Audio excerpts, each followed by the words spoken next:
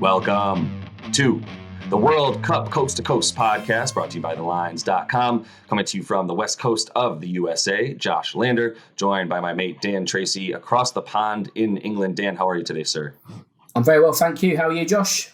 Doing well. Very excited to talk about the group that I'll be watching most closely, to be honest. Don't tell my American friends, but my Belgian roots come just pouring out of me every 4 years, and the Belgians are the favorites to win this Group F, which is what we're talking about here as we start to get closer to rounding out all of these groups. And then we'll start to look at a few more individual games as well that will be kicking off on the 21st of November. So, Dan, in this one, as I mentioned, we're talking about Group F here, and just to give everyone a quick reminder of who's in that group. We've got Belgium, Croatia, Morocco, Canada, and as I mentioned, Belgium favorites to win minus 200. Dan, I believe Group F, your article is about to come out on thelines.com. Yep. Is that correct? Yes, I think it's going to be out next Monday. So we record this on the 13th, so it should go live on the 16th. Awesome. So you get a little bit of a preview of that here. I actually don't know what Dan's feelings are truly about this group either, as I have not been able to read his articles ahead of time as I normally am. So we're going into this one together a bit blind. And as I mentioned, Group 2, Belgium minus 200 to win, Croatia plus 275, Morocco plus 900, plus 1100 for Canada, who is a very feisty group. I can tell you, as someone who obviously follows the American team closely as well, us having that really disappointing loss to open things in the CONCACAF against them. So I think that the things that we're looking at here that might be a bit more interesting to me, minus 190 for Croatia to qualify from the group. I think it's a pretty strong chance that they do. I think it's possible they could upset the Belgians, to be honest with you. I'm not predicting that, but it's feasible. It's a realistic possibility. So minus 190, at the very least, maybe you consider parlaying that and combining it with another similar odds for a team to qualify from the group. I know there's a couple others that definitely can feel like easy money, if you will, even if they're around minus 200. Say Argentina to win their group, for instance, right? Minus 200, feel really, really good about that. Parlay that, get that to about even odds and feel really good that you've got two pretty much guarantees. So that's just one option that we have here. But let's start with that Belgian team as well. At minus 200 to win the group, minus 1100 to qualify. Nothing that really tickles my fancy there. You might consider, for them to win the whole thing somewhere in the top 6 or 7 odds, plus 1400 right now on most U.S. sports books. So talk to me about the Belgian team. I have plenty to say about them as they continue to age, maybe not so gracefully.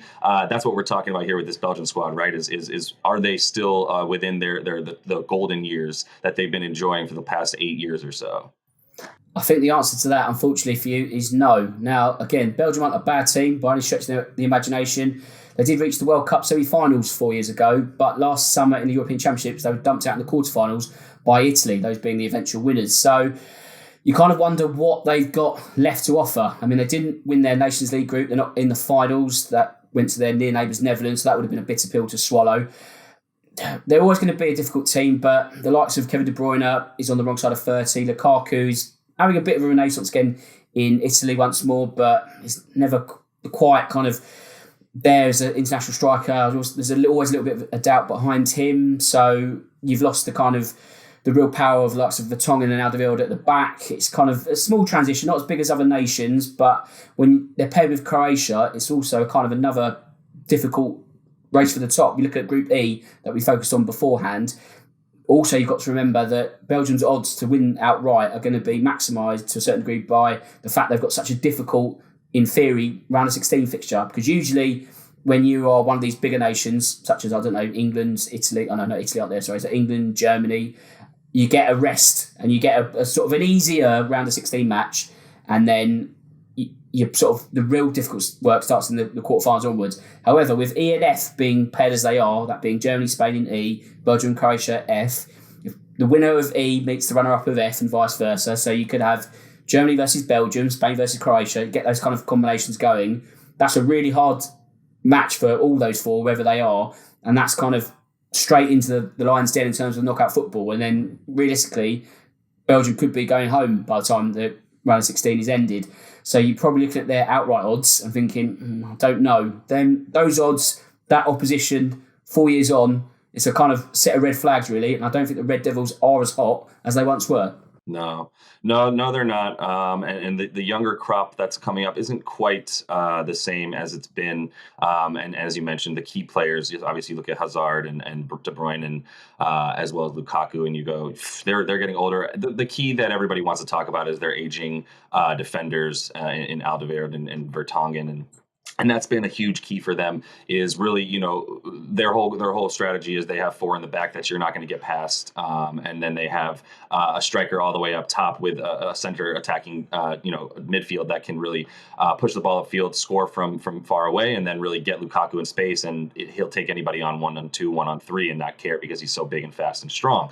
That's not exactly how you see things going as they continue to age when they rely on that speed and strength. I wonder if they do prefer to play the Germans over the Spanish, who might give them a bit more trouble with the way that they're playing when they spread things out wide up top and just beat you with speed. I think that then you're looking at Belgium really having to compact things. So my prediction would be they might actually rather play Spain. But I do think that if they're watching this podcast, then they also know that we think Germany is going to win that group, in which case that would incentivize them to win to take on Spain as the second team. So look, I could talk about them all day, but we do want to talk about, honestly, a similar team in the sense that Croatia is led by aging stars such as Luka Modric. Even Ivan Perisic is getting older at 33 or so. So really, is there any reason to think that that it's worth it to sprinkle a bit on them to actually win this group, which, as we said at the top, there is plus 275. Pretty good money there, and it's not like it's totally crazy to think that at the very least they draw the Belgians.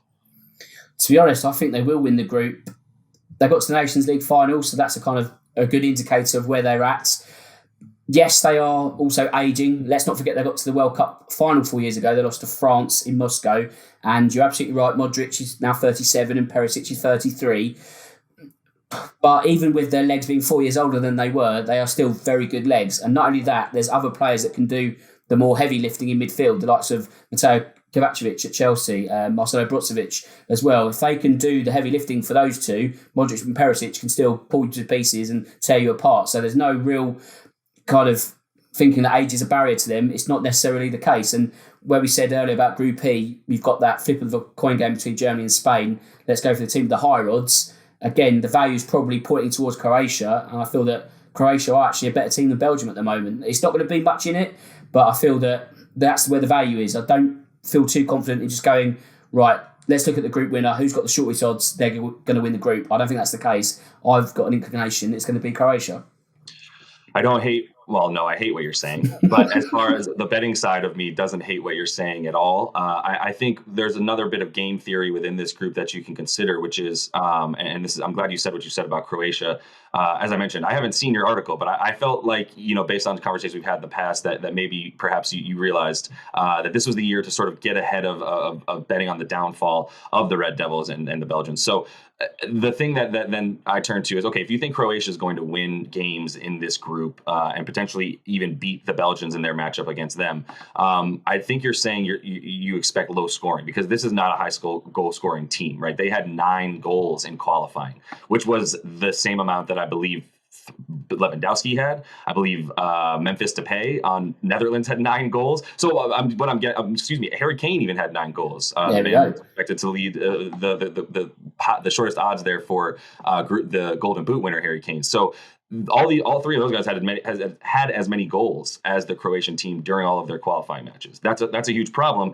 What it tells me, though, is if you think they are going to continue to dominate on the strength of their defense and their defensive midfield and their ability to play out of the back and keep you on your toes as they're able to counter very quickly as well, then you would think that there's a ton of unders and not a ton of goal scoring that will happen in those Croatian games. And so if you want to bet those Croatian games on the individual matches, it's probably worth it to consider that there will be a lack of goals in all of those, as they'll probably be winning 1-0 pretty consistently. No?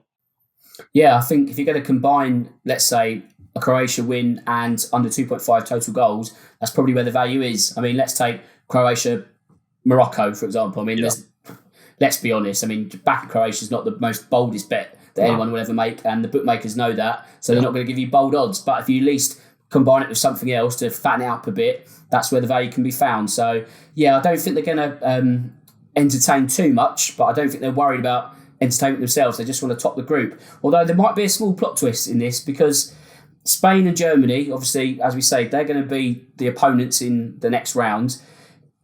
Who do you meet? Who's their kind of preference? So if, say, Belgium's preference is Germany and Spain have won the group, do they then kind of game the system and go, actually, we want to maybe throw a match or make sure we qualify and drop points to get a better team in the round of 16? It's kind of a lot of gamesmanship and it is a bit of a gamble, but sometimes you have to think of the bigger picture and maybe you don't actually want to win a group, but I guess you have to face the hands that you're dealt and all of that. But it's just going to be such a fascinating combination of round of 16 matches that any kind of pairing that we see is going to be just a genuine powerhouse clash between two European nations, and that's going to be twice over, and that's going to really start to shape that half of the bracket in terms of who gets to the final. Yeah. And that's what scares me more than anything for the Belgian team. I think if you're Croatia, you're just going, I just want to win this group. I just want to win, win, win, win. If you're Belgium and you start to get cute with things and start to, control your placement and who you play in the next round, any sport, I hate that. I hate that in any sport. I hate avoiding, losing games to avoid teams in a future match. I hate all of that. I think you just go, you play, and you try to win every single game. I think we've seen some of that in the past where teams try to get cute with things and they don't even end up making it out of the group, right?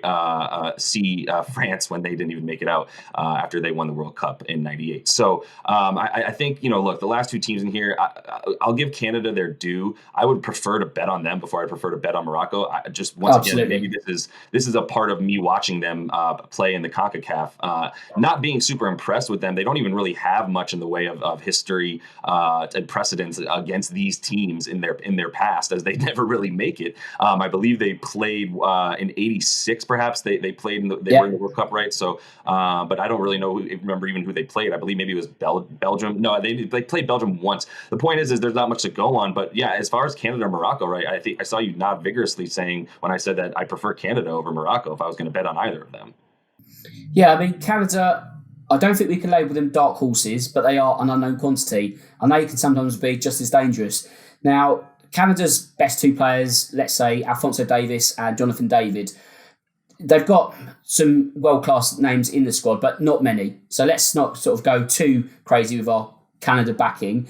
I think you've got to look at Canada and think, they are going to play some part in hosting the 2026 World Cup. So this is going to be a perfect warm-up for international tournament football. Let's assume that we don't know if they're going to be qualifying as hosts, but let's assume they do, because I'd be very surprised if they're hosting fixtures but not actually in the World Cup itself. So let's assume they are part of the 2026 party. This tournament is probably, again, going to come far too soon, but home fixtures 4 years' time, with that experience they get in Qatar, if they finish third in this group, that's a fantastic platform for them to build on. And then who knows what they might do in, don't forget, a enlarged World Cup as well, because it's 48 nations in 4 years' time. So, progress it takes time in international football. You don't just turn up to a tournament and go, right, we're going to win it. And I don't think even the most ardent Canadian supporter would be thinking, yeah, this is it, this is our year. But playing the long game, there's absolutely nothing wrong with what they'll do. So if they finish third in this group, which I think they will, I mean, you look at Morocco. I mean, again, even the ardent Morocco fans will be sort of thinking, what have we really got against these three nations? They'll play for pride like any other minnow in a group, but any other sort of success is considered wishful thinking, really. So they're going to be the rank outsiders. And I do like the look of Canada, actually. As I say, the World Cup's always good when it has a real unknown quantity. You kind of think, actually, you're learning, especially in this day and age where you can watch any goal, any game at the click of a finger, whereas back when they first played in the World Cup 36 years ago, it's kind of like, actually, who are this team? So it's good to sort of see something a bit different. So I feel there'll be a welcome addition, and it'll be interesting to see what they can do, not just in 22, but 26 as well. Yeah, 100%. And, one thing I look for if I'm going to pick a pesky underdog, which, like I said, I'm not, but I'm not saying it's the worst idea to sprinkle a bit on the Canadians to come out at basically getting 11-1 on your money. I don't hate that. And I think that there's the opportunity for some letdown in a couple of these teams, specifically the two at the top. And the last thing I look for, a player like Alphonso Davies, do you have a guy who can basically just run down the left side of the pitch from the entirety of it, faster than anybody else and cause havoc. And I can't think of many players in the world right now better than Alphonso Davies to just run the entirety of the pitch, get by a few guys, play off of one other guy, and 3 seconds later he's at the top of the 18, right? So that's something that is always going to be helpful in a team where that they're going to be packing it in on defense, and then they need that quick counter as their best opportunity to score. So lots of fun here, Dan. I think I'm really, really rooting for this World Cup to be the one that brings out a random team like Canada, right? Brings out a Japan or somebody. I'm rooting for chaos at this point, right? and maybe I won't be betting on chaos, but I'm going to find a few little value points to get some pretty good return on my money. So anything else before we leave everyone here on Group F, Dan? Do you know what? I think we've covered everything, really. I mean, no disrespect to Morocco, but I just don't feel there's enough value in any bet, really. I mean, sometimes odds are long for a reason. I think you just got to respect that they are going to finish bottom of this group. So Canada, keep an eye. But again, it's going to be the two European powerhouses. And unfortunately, Canada probably feeding on the crumbs which are left. Agreed. Yep. Well, and that is all the time that we have for Group F today, Dan. So we will continue to move on, finish things up right with G and H. We haven't even talked about the Brazilians once yet, which is a shamble. So we'll make sure that we get that in on the next one. Look out on thelines.com for Dan's articles. Still got 3 left, F, G, and H. And then, Dan, we'll be starting to look ahead right to some of these individual matches that start on the 21st of November and give everybody a little bit more insight and in-depth into specific matchups. So until we see you next, happy betting.